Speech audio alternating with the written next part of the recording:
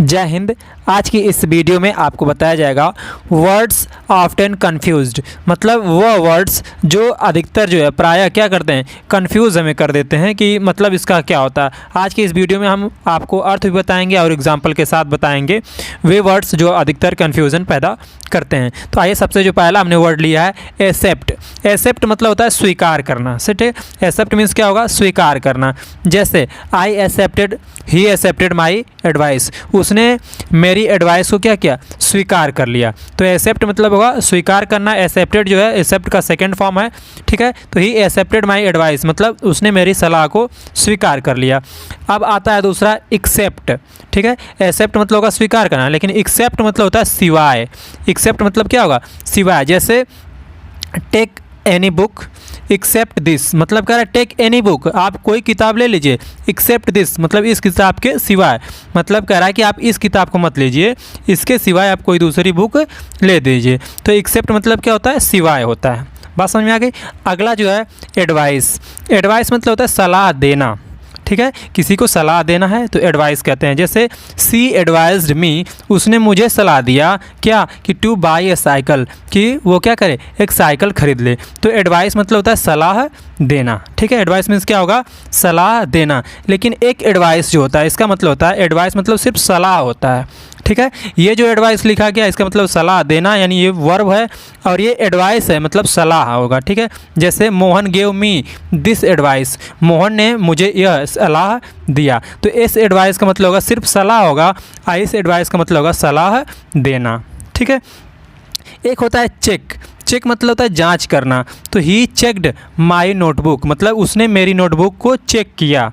तो चेक्ड यानी जांच किया, उसने मेरी नोटबुक की जांच किया था। चेक करना मतलब जांच करना।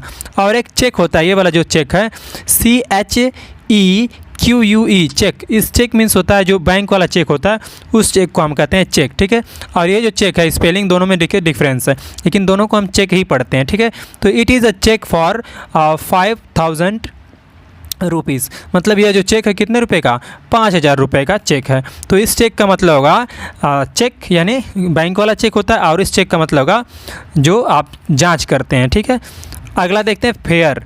फेयर मतलब होता है एक मेला होता है, एक फेयर मतलब होता है किराया। ठीक है, यहाँ देखिए दिया गया फेयर, FAIR फेयर। तो कह रहा है did you see the Varanasi fair, क्या आपने वाराणसी का अर्थात बनारस का मेला देखा है। तो इस फेयर मतलब हो गया मेला, और इस फेयर मतलब किराया होगा, क्या होगा, ही पैड द ट्रेन फेयर, मतलब उसने ट्रेन का जो किराया था उसे पैड किया, उसे चुका दिया। तो इस एक फेयर का मतलब होगा किराया, और एक फेयर का मतलब होगा मेला। ठीक है, एक होता है गोल, इसे भी गोल पढ़ते हैं और इसे भी गोल पढ़ते हैं।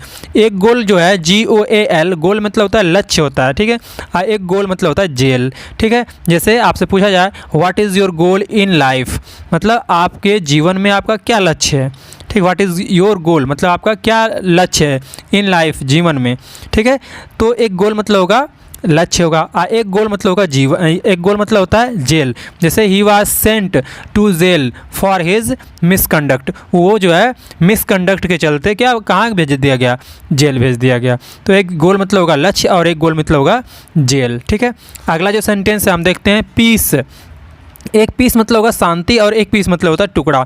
जो पहला पीस है PEACE, पीस मतलब होता है शांति। जैसे एवरीबडी वांट्स पीस, प्रत्येक लोग क्या चाहते हैं, शांति चाहते हैं। ठीक है, और एक जो PIECE दिया है, पीस मतलब होगा टुकड़ा। जैसे I want a piece of paper to write a letter, मतलब मुझे एक पेपर का टुकड़ा चाहिए एक लेटर लिखने के लिए। ठीक है, तो इस पीस का मतलब होता है PIECE, पीस का मतलब होगा टुकड़ा, और PEACE, पीस का मतलब होता है शांति। ठीक है, अगला जो सेंटेंस है इसे हम देखते हैं प्रिंसिपल। ये अधिकतर बार पूछा जाता है। प्रिंसिपल मतलब होता है प्रधानाचार्य। ठीक है, और एक प्रिंसिपल मतलब होता है सिद्धांत। ठीक है, प्रिंसिपल जैसे Suresh is our new principal, Suresh जो है हमारे क्या हैं, न्यू प्रिंसिपल है, न्यू प्रधानाचार्य हैं।